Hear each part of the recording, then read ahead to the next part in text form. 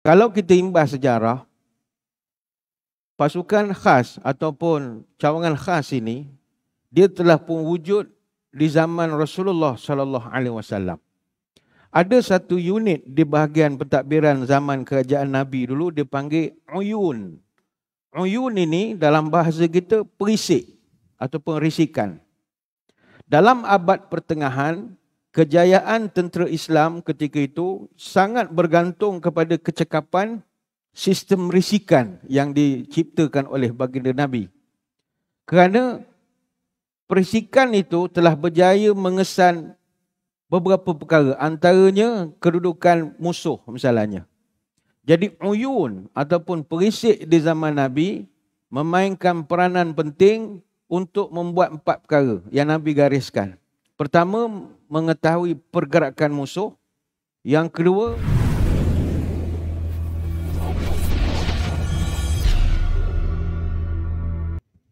Assalamualaikum warahmatullahi wabarakatuh. Bismillahirrahmanirrahim. Alhamdulillahi hamdan kathiran tayyiban mubarakan fihi kama yanbaghi li jalali wajhikal karim wa li'azimi sultanik. Allahumma salli ala sayyidina Muhammadin abdika wa rasulika nabiyil ummi wa ala alihi wa sahbihi wa sallim. Nawaitu ta'alluma wa ta'lim wa tadhakura wa tazkir wa naf'a wal intifa' wal ifadah wal istifadah wal hatha ala tamassuki bi kitabillah wa sunnati rasulihi wa du'a ilal huda wa dalalah alal khair ibtigha'a wajhillah wa mardatihi wa qurbihi wa thawabihi. Allahumma inna nas'aluka fahman nabiyyin wa hifzal mursalin wa ilhamal malaikatil muqarrabin. Ya Allah, kami mohon padamu kefahaman para nabi, daya hafalan para rasul, dan ilhamnya para malaikat muqarrabin. Allahumma aghnina bil ilmi wa zayyinna bil hilmi wa akrimna bit taqwa wa jamilna bil afiyah ya arhamar rahimin. Ya Allah, kayakan kami dengan ilmu-Mu, hiasilah kami dengan kelembutan, muliakanlah kami dengan taqwa, serta cantikkan kami dengan afiah. Allahumma barik lana fi Sya'ban wa ballighna Ramadan. Yang dihormati Senior Assistant Commissioner Polis Tuan Muhammad Syahrul bin Mat Osman, Ketua Cawangan Khas Pahang. Yang dihormati juga Assistant Commissioner Polis Tuan Saidatul Akmal bin Muhammad Noor, Timbalan Ketua Cawangan Khas Polis Kontijen Pahang. Yang diraikan seluruh warga Cawangan Khas, Pasukan Sang Saka Biru, Pahang Kontijen Polis Headquarters. Tidak dilupakan yang diraikan juga warga dan keluarga besar Persatuan Keluarga Polis ataupun Perkep, tuan-tuan guru, para alim ulama, para habaib, muslimin, muslimat, hadirin hadirat. Moga sekaliannya sejahtera dalam limpahan rahmah dan barakah. Saya dahului dengan penyataan tahmid kesyukuran atas pertemuan pada pagi ini dan seterusnya dapat bertatap muka untuk membincangkan satu tajuk berkaitan kerja kita sebagai ibadah. Secara umumnya, saya merasa tersanjung dapat bertatap muka dengan warga Sang Saka Biru, sebuah pasukan keramat 2 milenium yang lalu, iaitu hari Rabu 25 Mac tahun 1807, lahirlah pasukan keramat ini di Pulau Pinang. Kurang lebih lagi 15 hari, iaitu pada 25 Mac 2023, genaplah usia pasukan ini 216 tahun. Namun usia 216 tahun itu usia di Malaysia. Kalau kita mengkaji sejarah sejak zaman Rom kuno lagi, telah wujud pasukan keramat ini. Bahkan kalimat polis itu sendiri berasal dari kalimat politia, yang maknanya pemerintahan kota. Dan mana-mana polis di seluruh dunia, prinsip universal mereka adalah to serve, and protect, untuk melayani dan melindungi masyarakat. Kalau polisi Indonesia dipanggil ngayomi, ngayemi, mesti memberi perlindungan dan mendamaikan. Bahkan kalau kita merujuk sejarah zaman Kerajaan Melayu Melaka dulu, pasukan ini sama dengan peranan yang dimainkan oleh Temenggung. Maka kata orang tua-tua, jadi Temenggung orangnya tegas, memelihara waktu dia bergegas, menjalankan kewajipan tepat dan lekas, pantang belalai benci bermalas. Jadi Temenggung orangnya teguh, duduk tegaknya amatlah kukuh, diterpa ribut tidakkan roboh, memikul beban pantang mengeluh. Panjanglah sejarah tentang kewujudan pasukan Temenggung di zaman Kesultanan Melayu Melaka. Dan pada pagi ini saya merasa terhormat kerana berpeluang bertatap muka khusus bersama dengan warga Cawangan Khas. Dan ini adalah pengalaman jolong-jolong kali saya bersama dengan warga Cawangan Khas PDRM secara khusus. Kalau dengan pasukan-pasukan lain, misalnya dengan Angkatan Tentera Malaysia, itu saya sering dengan bahagian staf Perisikan Pertahanan, sekarang dipanggil sebagai Pertubuhan Perisikan Pertahanan Malaysia ataupun PPPM. Itu memang kerap mereka ada banyak buat kursus dalaman untuk anggota-anggota perisikan.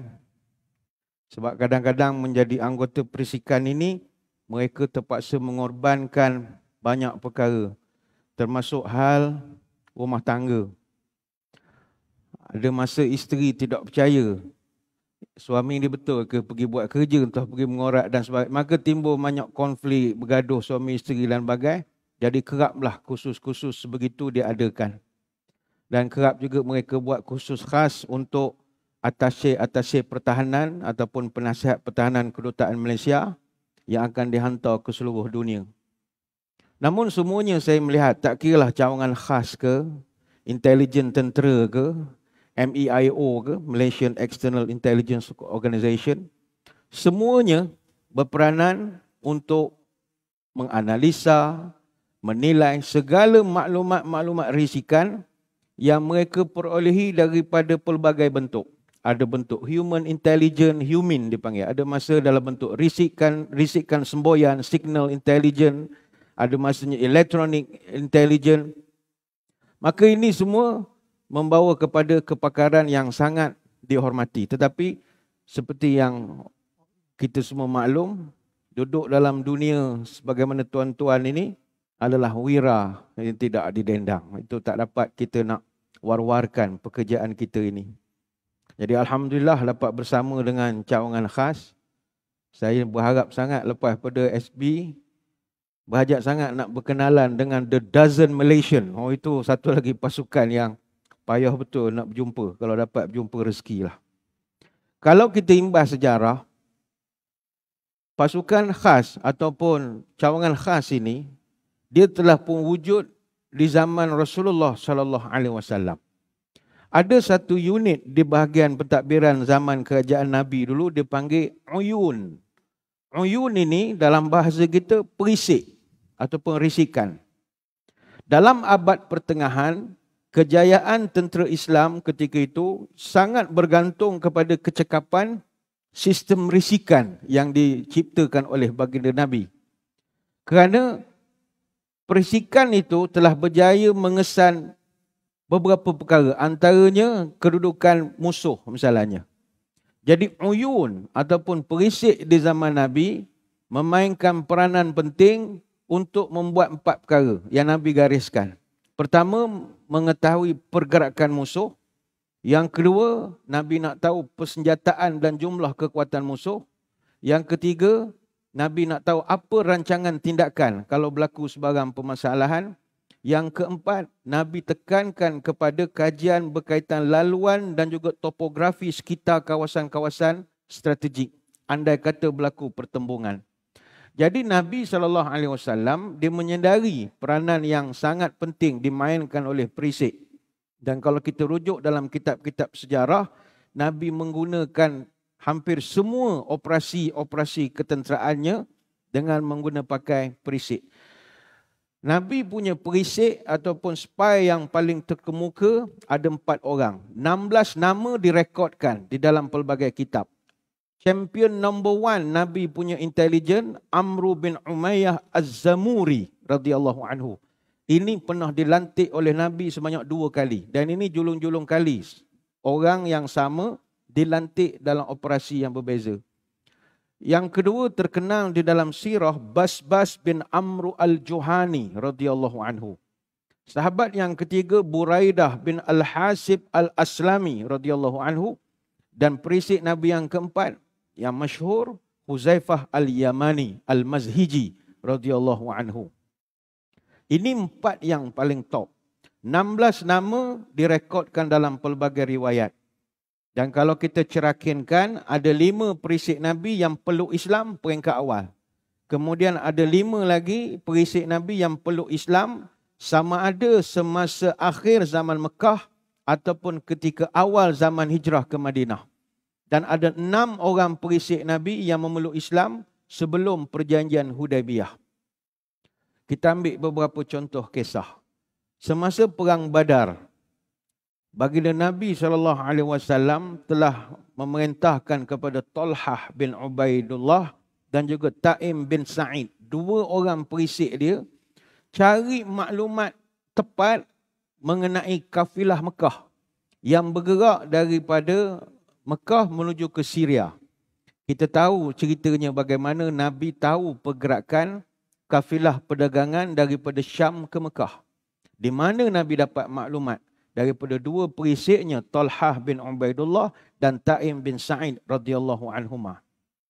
Sama juga ketika Nabi dan pasukan Islam sampai ke medan perang Badar, Nabi hantar terlebih dahulu 2 orang perisiknya, iaitu Basbas bin Amru dan Adi bin Abi Zarba radhiyallahu anhuma, pergi ke Telaga Badar, tempat sumber air, untuk memerhatikan kedudukan kafilah pasukan Mekah.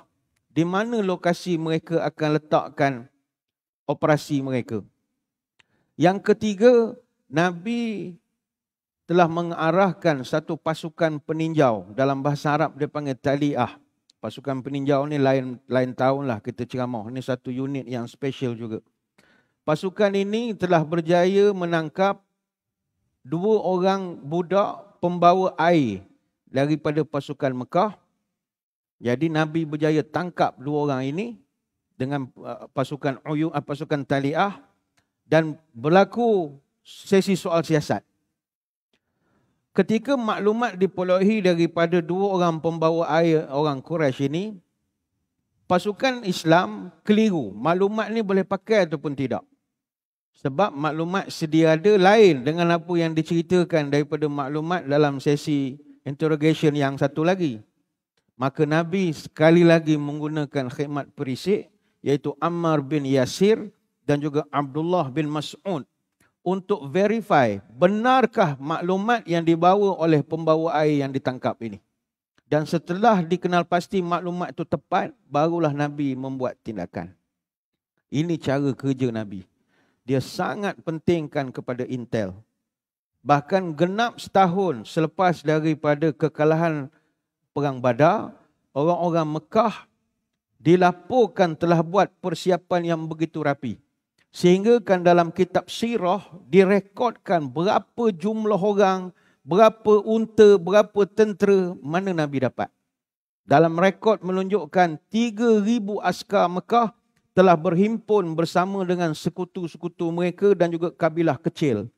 Dan dalam report itu juga pemimpin Quraisy bawa 15 wanita untuk beri semangat dalam peperangan nak membalas kekalahan Perang Badar. Haiwan pengangkut daripada pasukan Mekah ada 3,000 unta, penunggang kuda ada 200 orang, yang menggunakan baju besi ada 700 orang.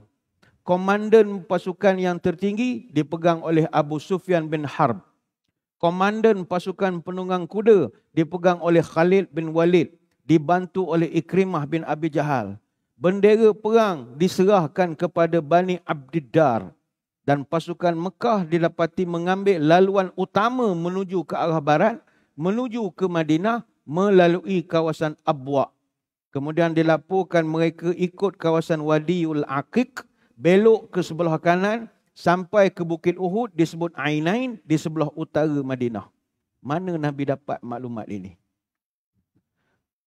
Dalam sejarah menunjukkan yang jadi perisik Nabi ketika itu adalah Al-Abbas bin Abdul Muttalib radhiyallahu anhu. Dia Islam tapi dia masih duduk di Mekah. Dia bercampur dengan orang Mekah, orang lain hijrah, dia tak. Nabi kekalkan dia di sana dan dia lah banyak memberi maklumat pada Nabi.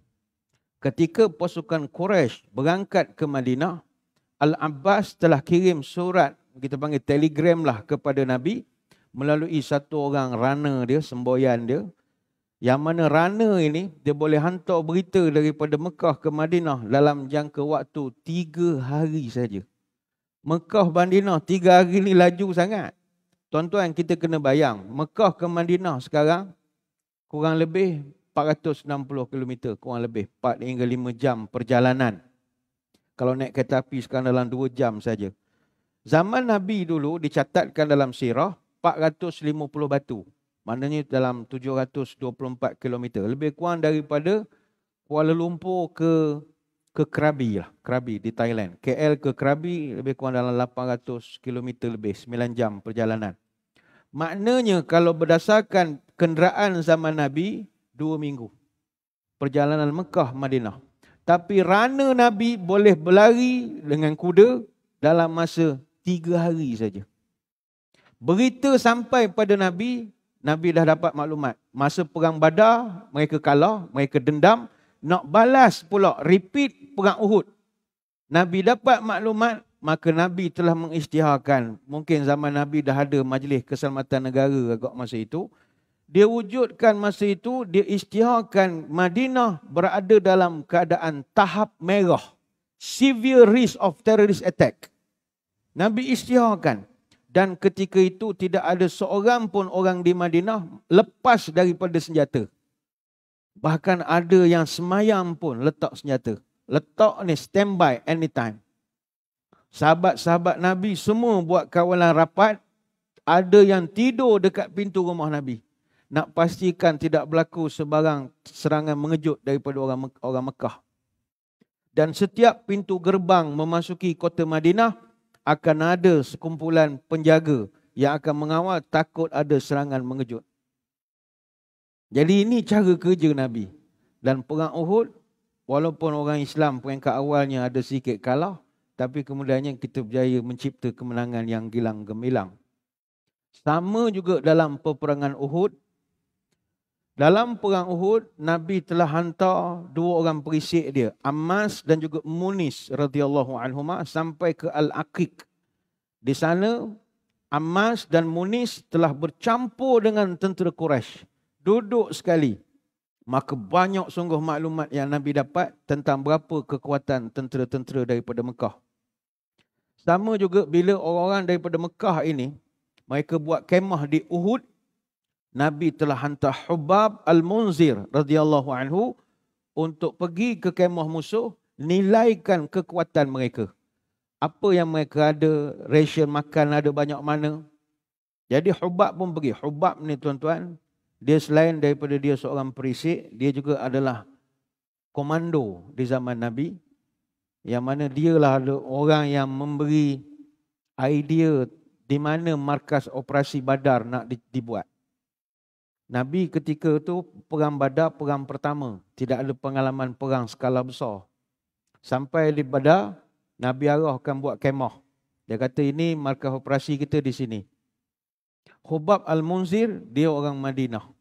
Dia tanya, ya Rasulullah, minta maaf saya nak tanya. Apa hal? Tuan arah buat kemah di sini. Ni wahyu ke apa ni? Allah ke yang suruh? Kata tak, ini idea saya je. Oh, bukan wahyu. Bukan, kata. Gini tuan, saya ni orang sini. Sini tak sesuai. Ada pot lagi cantik tuan. Saya boleh tunjukkan. Hubab Al-Munzir ini antara pakar topografi Madinah yang mencadangkan supaya lokasi perang Badar dialihkan ke kawasan lain.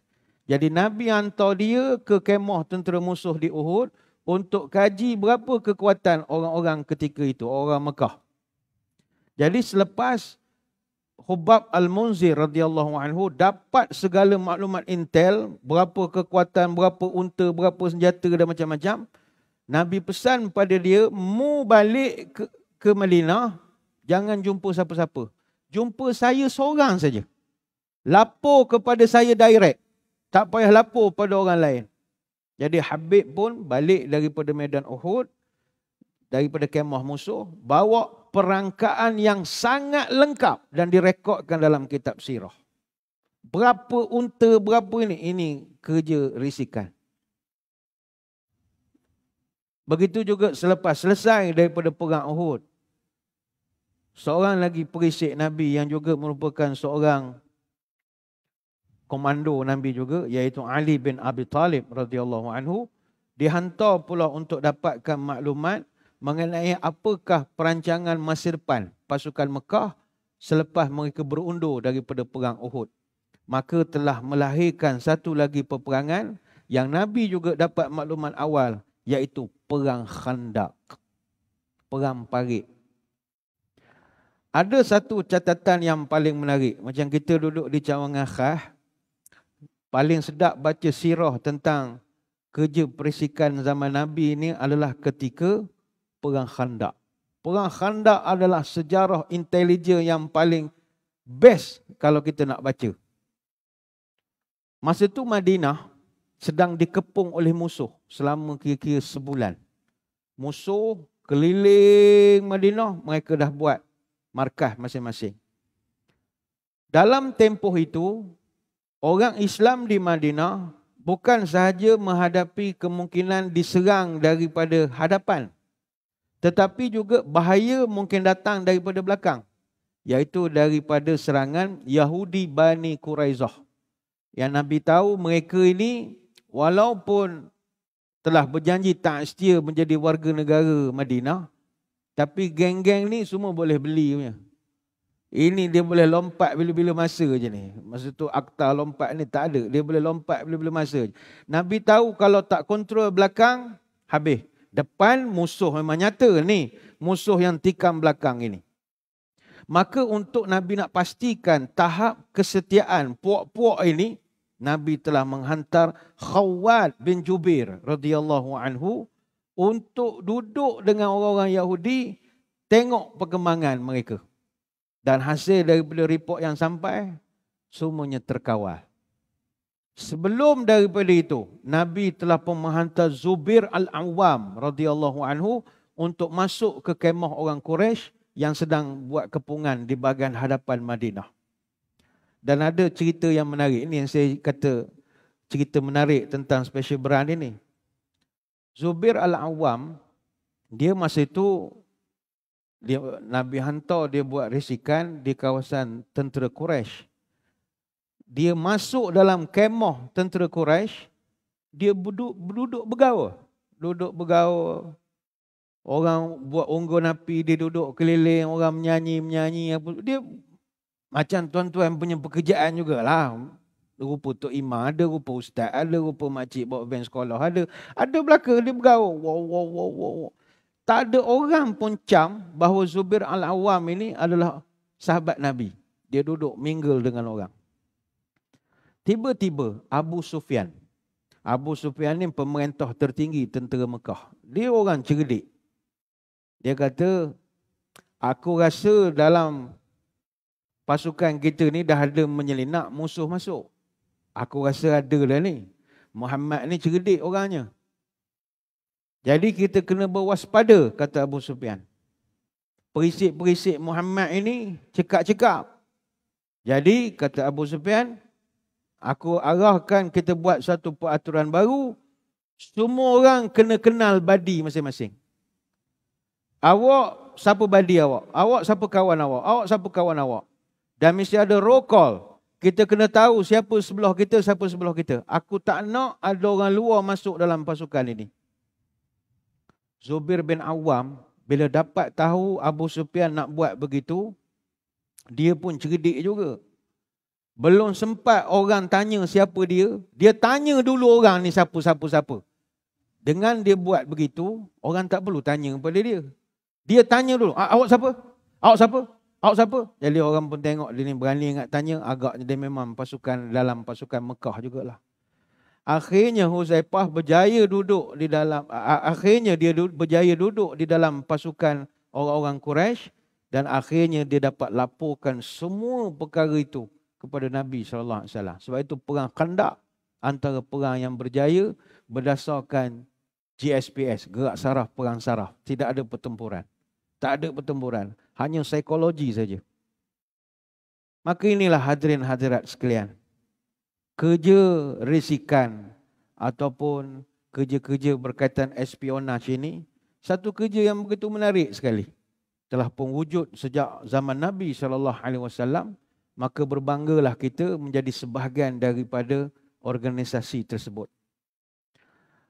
Bahkan Nabi ni dia punya cawangan khas dia yang orang tak boleh lawan dengan dia. Selain dari dia ada 16 orang perisik zaman dia sendiri, Nabi ni ada satu lagi special brand yang mana-mana intelijen dunia tak boleh challenge.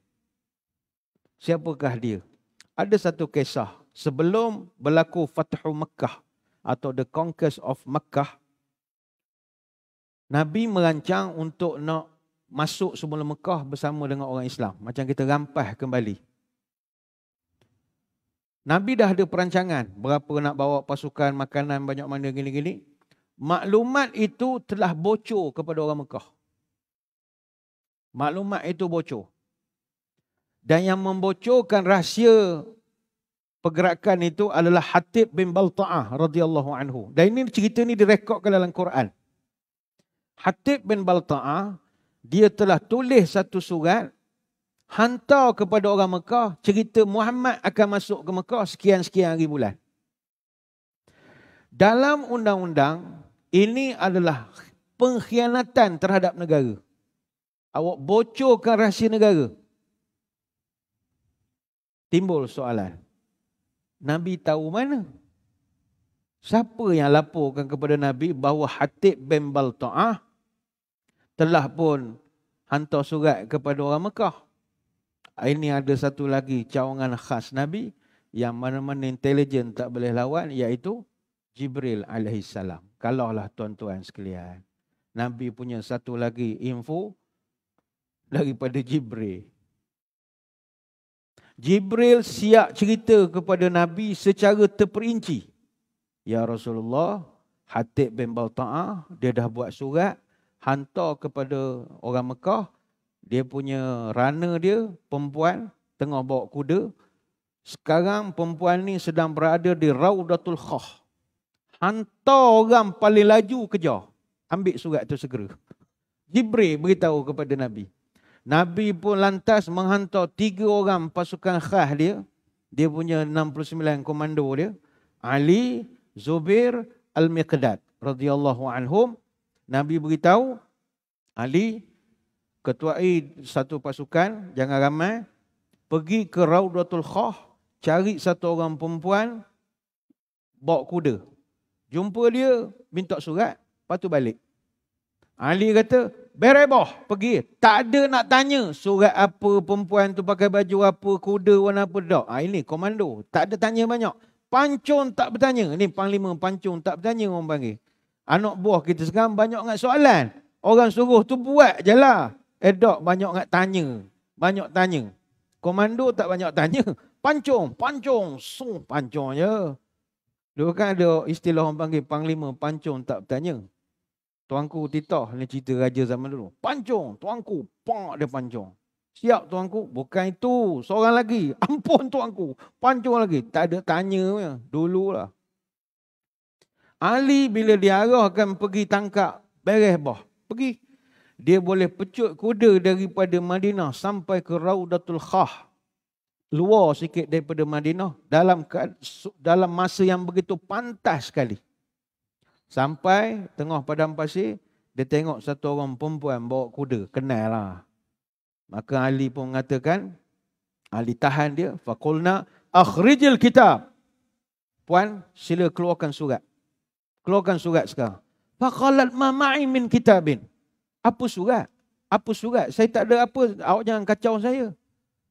Ali ni 69 komando tuan-tuan. La tukhrijannal kitab aw lanuqiyanna siap. Puan tolong beri kerjasama, bagikan surat sekarang, kalau tidak saya telanjangkan puan tengah-tengah pada masa ini. Bagi sekarang. Ali dia mudah je, malah nak perkara banyak sangat. Tak bagi, aku telanjangkan. Asalkan dia telanjang tengah padang pasir, makanan lah. Orang laluan situ ramai. Zaman tu tak ada suhakam. Agaknya kalau ada suhakam, salah lah Sayyidina Ali tu.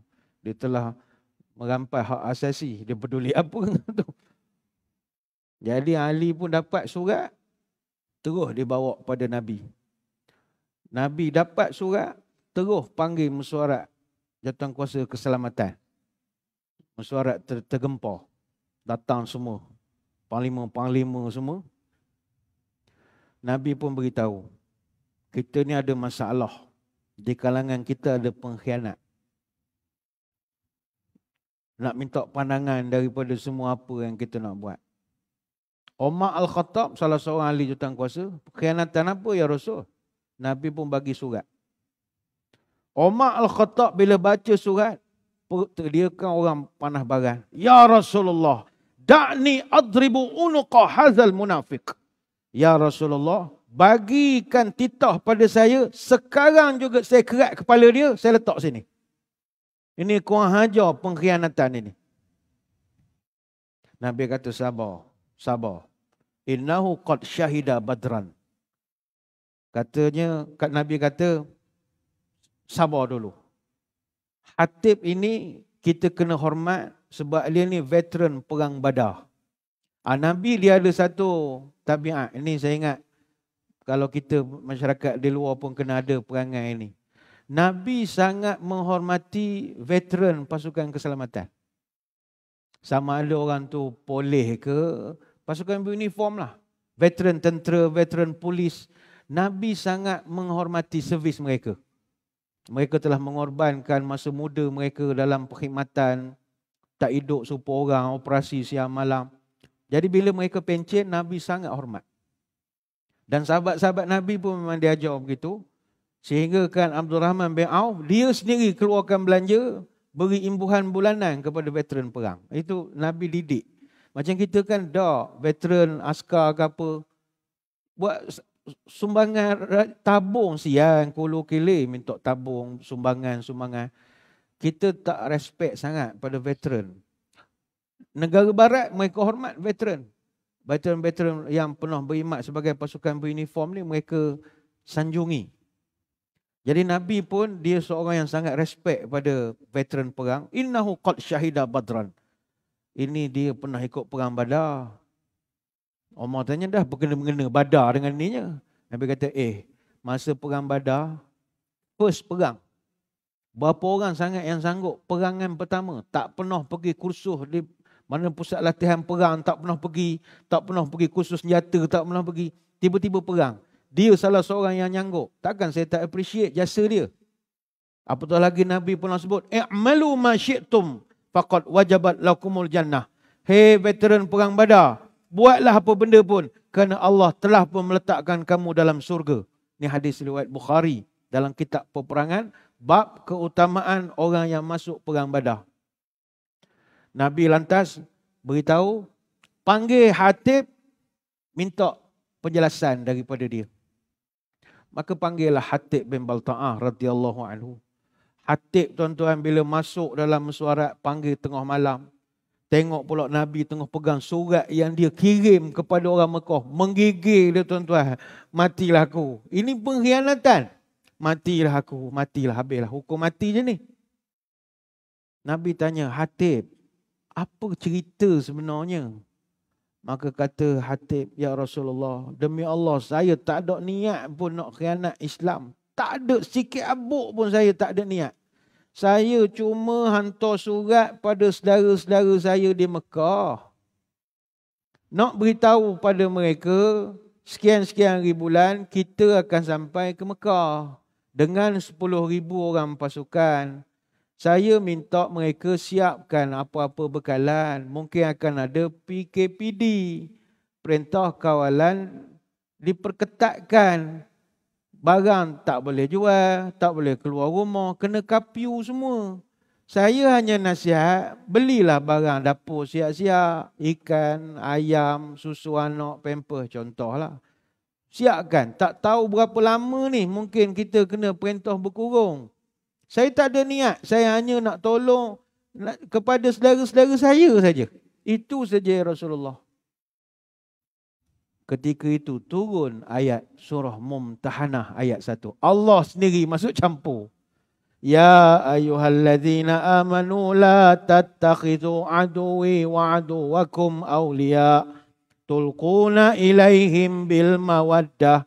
Wahai orang beriman, jangan kamu jadikan musuhku dan musuhmu sebagai teman setia, sehingga kamu sampaikan kepada mereka berita-berita tentang Muhammad atas nama kasih sayang. Surah Mumtahanah ayat 1. Allah tegur. Jangan begitu. Awak sayang-sayang juga sepupu sepapat, ipar dua, tak ada masalah. Tapi hak sulit lah. Tak payah cerita semua. Jadi ini pelajaran untuk kita juga yang siang malam duduk di dalam maklumat yang pelbagai yang kita dapat daripada risikan dan kajian. Tak payah share lah dengan orang. Tak payah share lah. Orang sekarang ni gila sharing. Sharing is caring. Kalau dia dengar daripada SB punya sharing, pensan semua orang agaknya, jadi tak payah je lah tuan-tuan.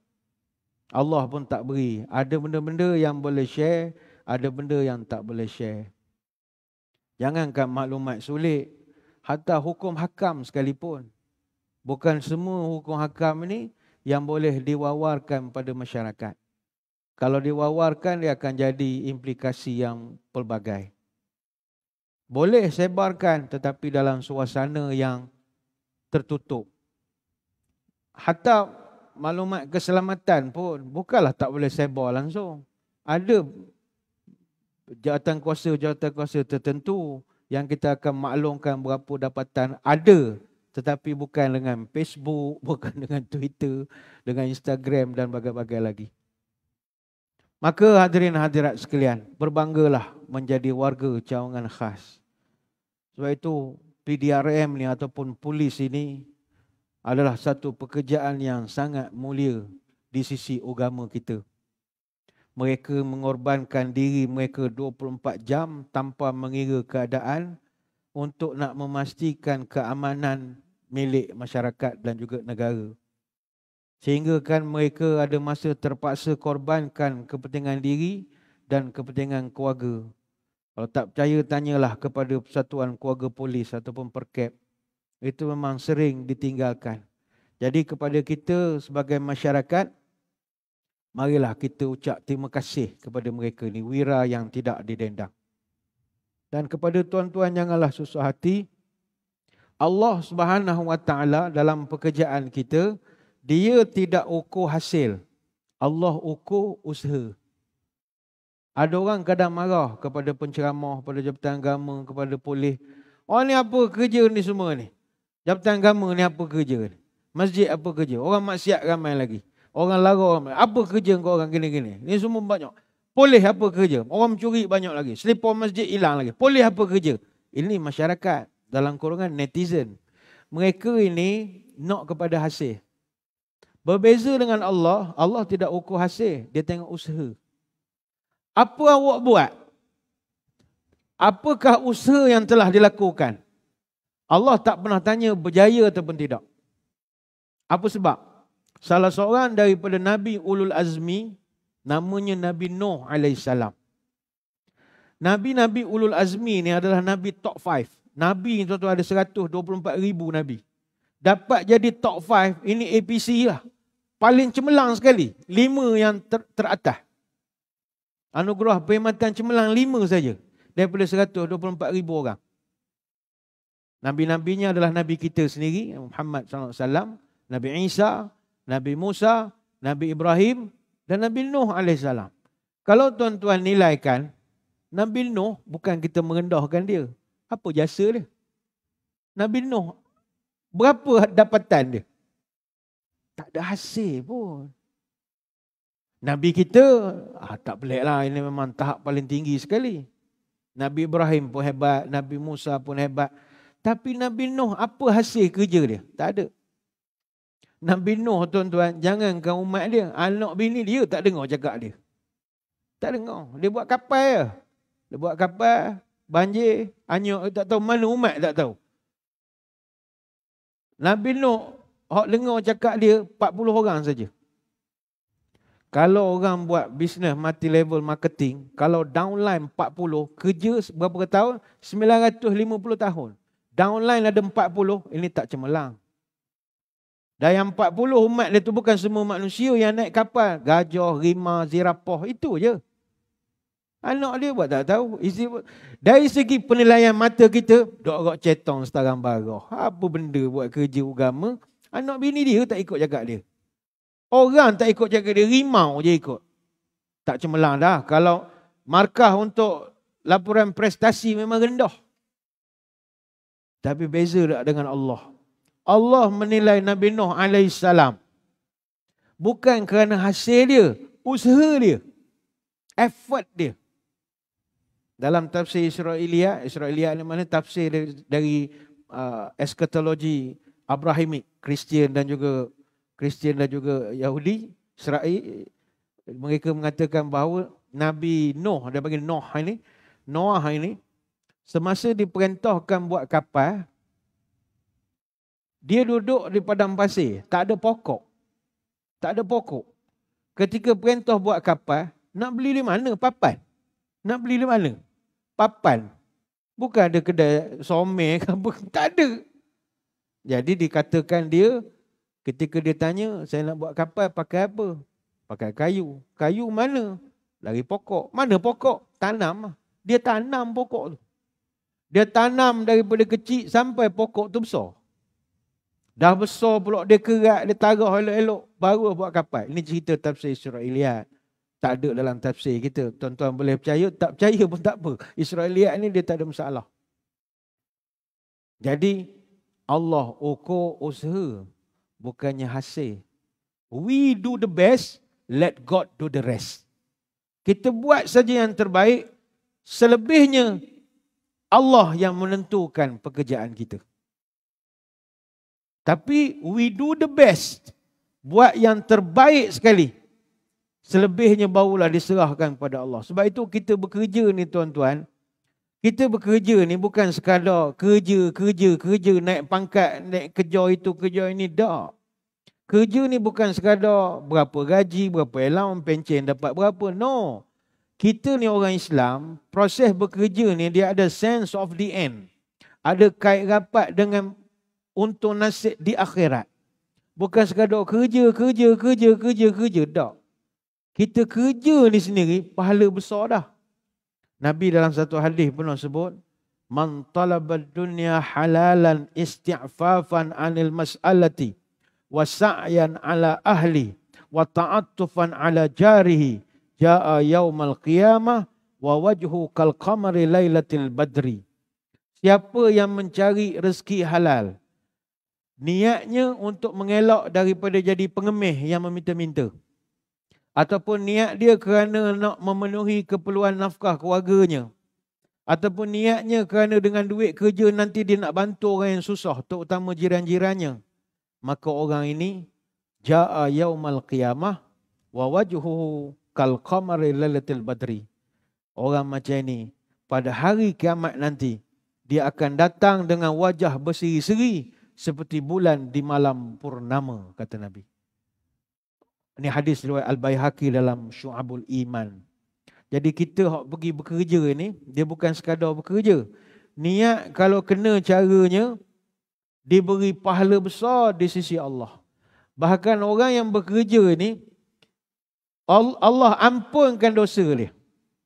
Macam kita duduk pasukan keselamatan macam tuan-tuan ni, manalah sempat suruh orang lain pergi ke Mekah setiap bulan. Tak mampu kita kerja. Kita kerja. Nak iktikaf masjid suruh orang lain. Tak mampu. Sebab itu pekoh untuk polis ni dia lain. Dia tak dapat nak seperti orang lain yang boleh duduk di masjid iktikaf. Dia ada komitmen lain. Orang yang bekerja dengan niat yang betul, Allah ampunkan dosa. Sehingga Nabi pernah sebut, inna minaz zunubi la zunuban la tukaffiruha as-salatu wala siyamu wala al-hajju wala al-umrah. Pada manusia itu ada beberapa dosa yang tidak dapat dihapuskan dosa itu dengan semayang, haji, umrah ataupun puasa. Maknanya kita puasa Syaban ke, puasa Rejab ke, puasa Ramadan ke, pergi umrah tiap-tiap bulan ke, semayang sunat banyak ke, pahala ada. Tapi ada dosa tertentu tak boleh hapus dengan amalan itu. Qala wa ma tukaffiruha ya Rasulullah. Sahabat tanya, degil betul dosa apa yang payah sangat nak ampun itu ya Rasulullah? Apa caranya kita nak bagi hilangkan dosa itu ya Rasulullah? Kata Nabi, al-humumu fi talabil ma'isyah. Cara kamu nak hapuskan dosa-dosa degil ini adalah kuatkan semangat ketika mencari rezeki, kata Nabi. Hadis Tabrani. Ulama bincangkan apa benda dosa yang degil sangat tu. Dia ada dosa-dosa yang boleh hilang dengan istighfar. Ada. Contohnya tuan-tuan nak balik ke IPK ni sekarang, depan bank melentah Amoy misalnya. Amoy pakai skirt pendek. Nampak peha. Bawa balik ceramah. Dia lalu depan kita. Allah kita pun tak nampak. Yang itu salah. Tapi astagfirullah. Hilang lah. Tak ada masalah. Jangan pandang istighfar. Tu tak boleh lah. Ini bukan kehendak kita. On the way balik. Lalu. Allah. Astagfirullahaladzim. Hilang lah. Dia tak mesti astagfirullah. Sebut alhamdulillah pun boleh sebenarnya, asalkan zikir. Tapi fitnah lah bagi orang yang mendengar. Awak kopiah atas kepala tengok orang puan alhamdulillah pula dah. Sebenarnya sama je astagfirullah ke alhamdulillah, subhanallah boleh belaka. Hatta Allahu akbar pun boleh. Jangan tengok orang puan ni contoh, lalu orang puan pakai seksi Allahu akbar, memang boleh. Cuma intonasi kena tepat. Kalau nampak Allahu Akbar, itu okey. Mana Allah Maha Besar. Tapi kalau Allahu Akbar, ada jadi lain. Maknanya Allahu Akbar, maknanya Allah Maha Besar. Kalau Allahu Akbar, dia jadi Allah besarnya. Lain pula. Allah Maha Besar dengan Allah besarnya tu lain. Jadi zikir kena pilih juga. Kena pilih juga. Ada dosa yang boleh hapus dengan istighfar saja. Ada dosa yang boleh hapus dengan wudu. Ambil air semayang, habislah dosa tu. Dosa besar, hapus dengan nasuha. Ni kena pergi Mekah, taubat. Kita pernah, misalnya, zina misalnya. Zaman-zaman muda, zaman tak senonoh. Dah berumur ni menyesal. Taubat nasuha. Menyesal. Maknanya ada dosa yang boleh hapuskan cara. Tapi ada dosa yang tak boleh hapus dengan semayang, puasa, haji, umrah. Apakah dosa itu? Dosa yang melibatkan mengambil hak orang. Kita ngambil hak orang dan kita nak pulang balik, orang tu dah tak ada. Payah. Mungkin masa kita muda-muda, belasan tahun, masa remaja, pernah. Macam tuan-tuan lah yang pernah naik kapal terbang. Berapa banyak barang-barang dalam kapal terbang kita sebat bawa balik. Banyak. Habis dengan majalah-majalah. Ada kawan saya dulu, jaket keselamatan bawah kursi tu boleh ambil. Bawa balik buat souvenir. Barang hotel kita ambil bawa balik. Sampai hotel sekarang kena buat peraturan pula lah. Senarai harga pula ada. Tempat saya tulis. Selipar bawa balik, mengilat kasut bawa balik. Semua benda bawa balik. Salah. Kita pun dah berumur ni. Ya, menyesal pula ambil. Nak pulang. Kalau tuan-tuan ambil majalah kapal terbang, nak pulang buat apa? Malaysia Airlines. Nak hantar ke mana? Majalah tahun 90-an. Dia pun tak tahu nak terima ke tidak. Ambil selimut misalnya. Headphone kapal terbang pun sapu juga. Nak cocok di mana lubang dia dua. Dah sapu juga. Yang salah tetap salah. Tapi don't worry. Kita nak pulang. Tapi barang pun kita pun tak tahu di mana. Pergi ke Air Asia, Malaysia Airlines pun dia pun tak tahu nak kira macam mana. Tapi yang salah tetap salah. Yang penting menyesal. Menyesal itu menghapuskan dosa. dan kita bersemangat mencari rezeki, kata Nabi, menghapuskan dosa itu. Jadi bekerjalah bersungguh-sungguh. Tuan-tuan, Nabi SAW, dia tabiat Nabi, dia tak cium tangan orang. Tapi dalam sejarah ada 3 orang yang Nabi pernah cium tangan dia. Siapakah dia? Pertama sekali Sa'ad bin Mu'az radhiyallahu anhu. Nabi pegang tangan dia, Nabi rasa tapak tangan dia kasar. Tengok kulitnya hitam, berbelang, bahu warna lain, ni warna lain. Dia kerja bawah matahari. Bila Nabi rasa tangan dia keras, Nabi tanya, "Ma hadzal ladzi tasabat yadaka?" Apa hal tangan kamu ni keras sangat? Berkerak ni. Dijawab oleh Sa'ad bin Mu'az, "Adribu bil marwil mishata fa unfiquhu ala iyali ya Rasul." Saya kerja cangkul macam-macam, angkat batu, ngalih barang, pagi kerja lain, petang kerja lain, weekend buat part time lain. Nabi semangat betul kerja. Kenapa? Saya nak pastikan keluarga saya selesa. Jangan ngemih-ngemih untuk duit dengan orang. Malu saya, maruah saya kena jaga. Nabi ambil tangan Sa'ad, Nabi cium. Nabi kata, "Hadhihi yadun la tamassuhan naru abada." Tangan macam inilah yang takkan disentuh oleh api neraka, kata Nabi. Nabi respect orang yang kerja kuat. Dan Sa'ad bin Mu'az ini, dia meninggal dalam perang Khandaq. Dia meninggal perang Khandaq, masa tu dia luka parah. Ini tahun 5 Hijrah kejadian perang Khandaq tu berlaku. Dan masa dia menghembus nafas dia yang terakhir, dia telah hembuskan nafas terakhirnya di pangkuan Nabi. Nabi pangku dia. Maka ketika dia menghembuskan nafas yang last, Nabi pun menyebut, "Ihtazza arsyur rahmani li mauti Sa'ad bin Mu'az." Arasy Allah bergegar sekarang kerana kematian Sa'ad bin Mu'az. Ini hadis Bukhari dan Muslim. Sa'ad bin Mu'az ni dia masuk Islam umur 31 tahun. Dan dia meninggal umur 37 tahun. Dalam 6 tahun saja masa keislaman dia, kematiannya telah menyebabkan arasy bergegar. Why? What is the because? Adakah kerana dia duduk masjid siang malam? Tak. Ini bukan nak menjadikan tuan-tuan, oh baguslah tak pergi masjid dan ini. Bukan. Nak ngabar, don't worry. Yang pergi masjid, pergilah. Kan yang dah pergi kan jadi malas pula pergi ke masjid. Yang pergi masjid lah. Yang kita yang bekerja ini. Bekerja kerana hal-hal kita ini. Tapi kerja bersungguh-sungguh. Maka rajin bekerja.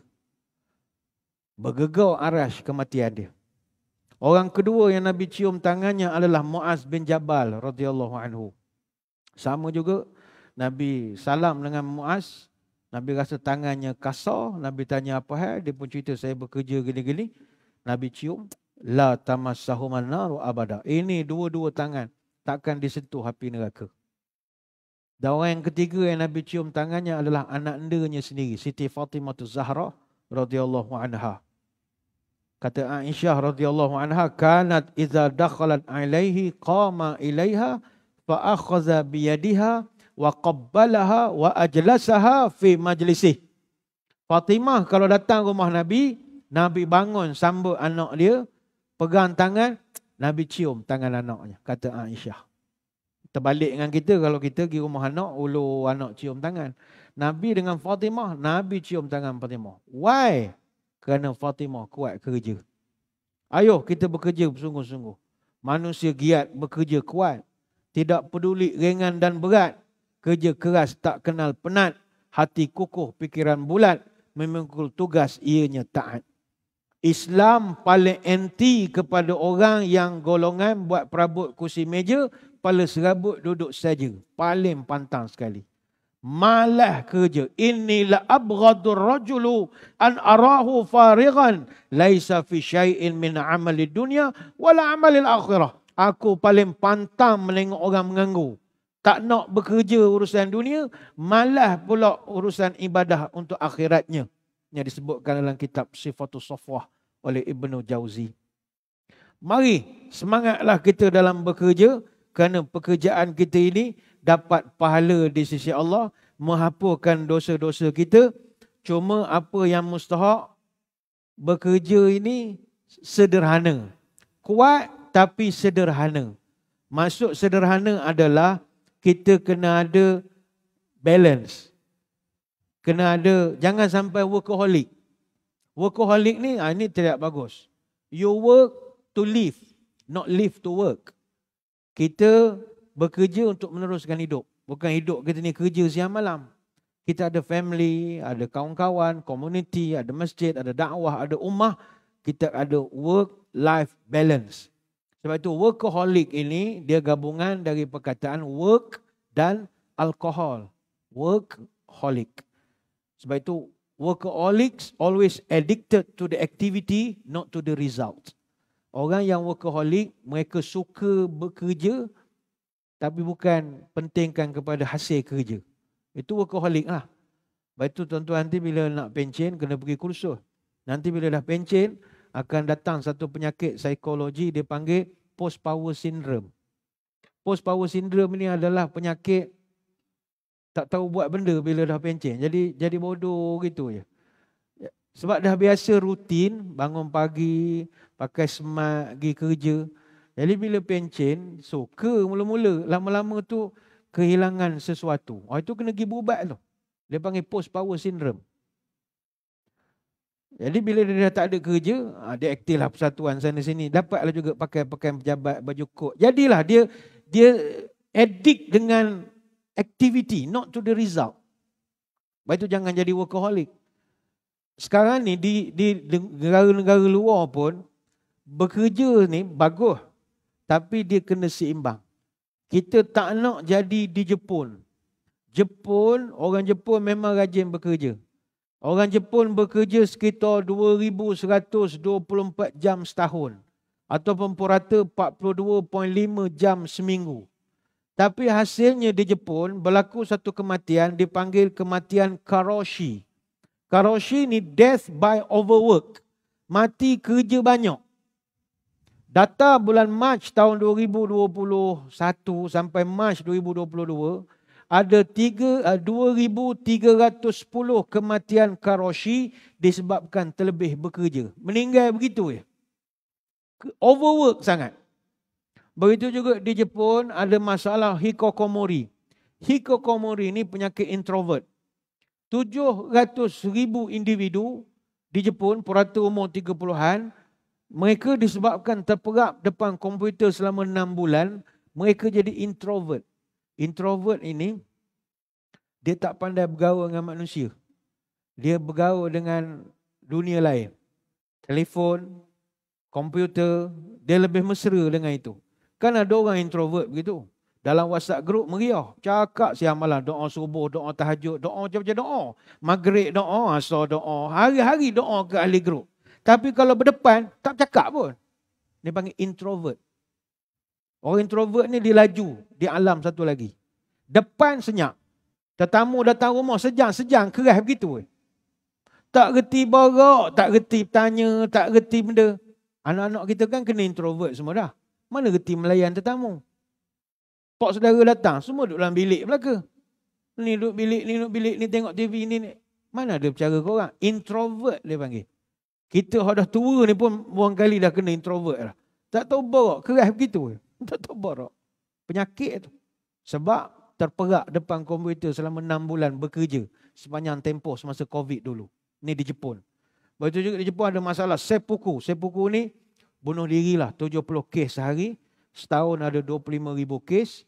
Bayangkan di Aokigahara saja, hutan tempat bunuh diri di Tokyo itu, 105 kes bunuh diri setahun. Dan kerajaan Jepun terpaksa memperuntukkan 15.8 bilion yen setahun untuk nak buat suicide prevention strategies.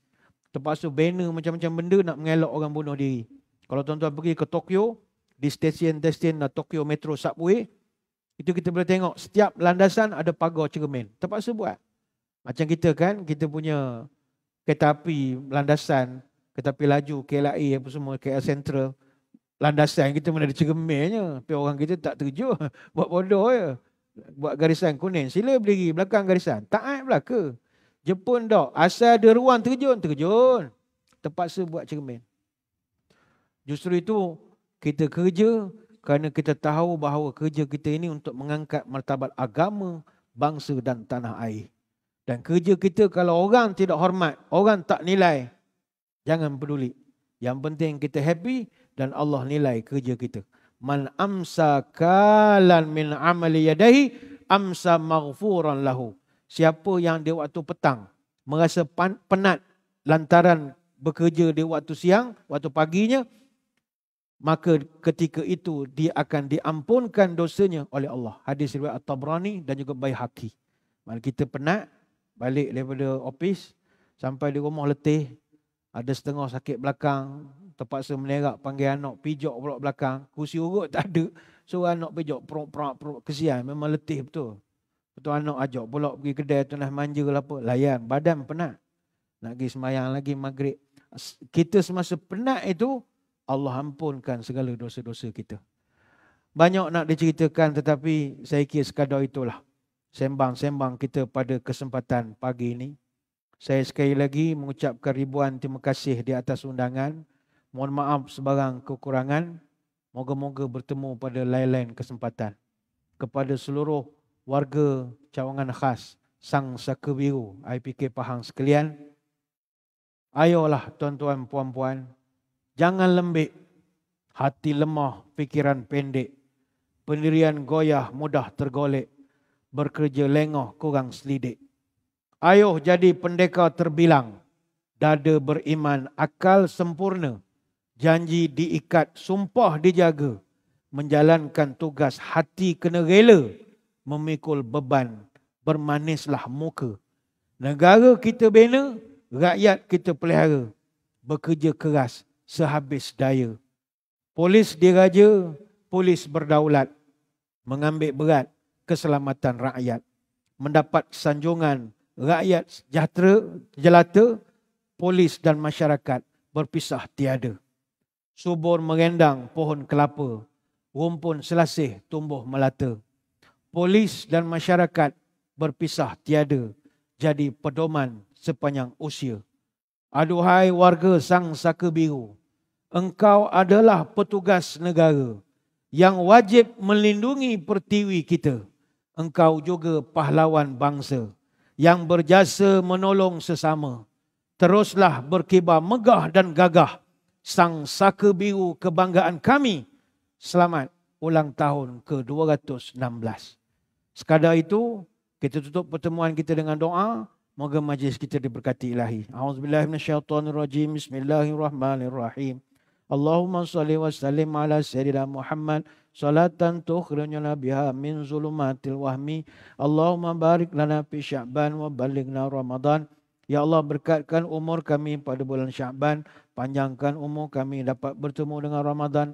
Allahumma inna duha duhauka wal baha bahauka wal jamala jamaluka wal quwwata quwwatuka wal qudrata qudratuka wal ismata ismatuka. Allahumma in kana rizqina fis sama fa anzilhu wa in kana fil ardi fa akhrijhu wa in kana mu'assaran fayasirhu wa in kana haraman fatahhirhu wa in kana ba'idan faqarribhu bihaqqi duhaika wa bahaika wa jamalika wa quwwatika wa qudratik.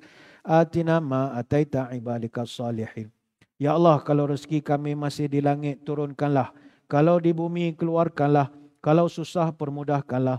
Kalau haram, sucikanlah. Kalau jauh, dekatkanlah. Berkat waktu duhamu, ya Allah, limpahkan kepada kami nikmat sebagaimana kepada hamba-Mu yang soleh. Subhanakallahumma wa bihamdika. Nashhadu an la ilaha illa anta. Nastaghfiruka wa natubu ilaik. Wassallallahu ala sayyidina Muhammadin wa ala alihi wa sahbihi wa baraka wa sallam. Walhamdulillahi rabbil alamin. Sekadar itu wabillahi taufiq wal hidayah. Assalamualaikum warahmatullahi wabarakatuh. Wallahu a'lam.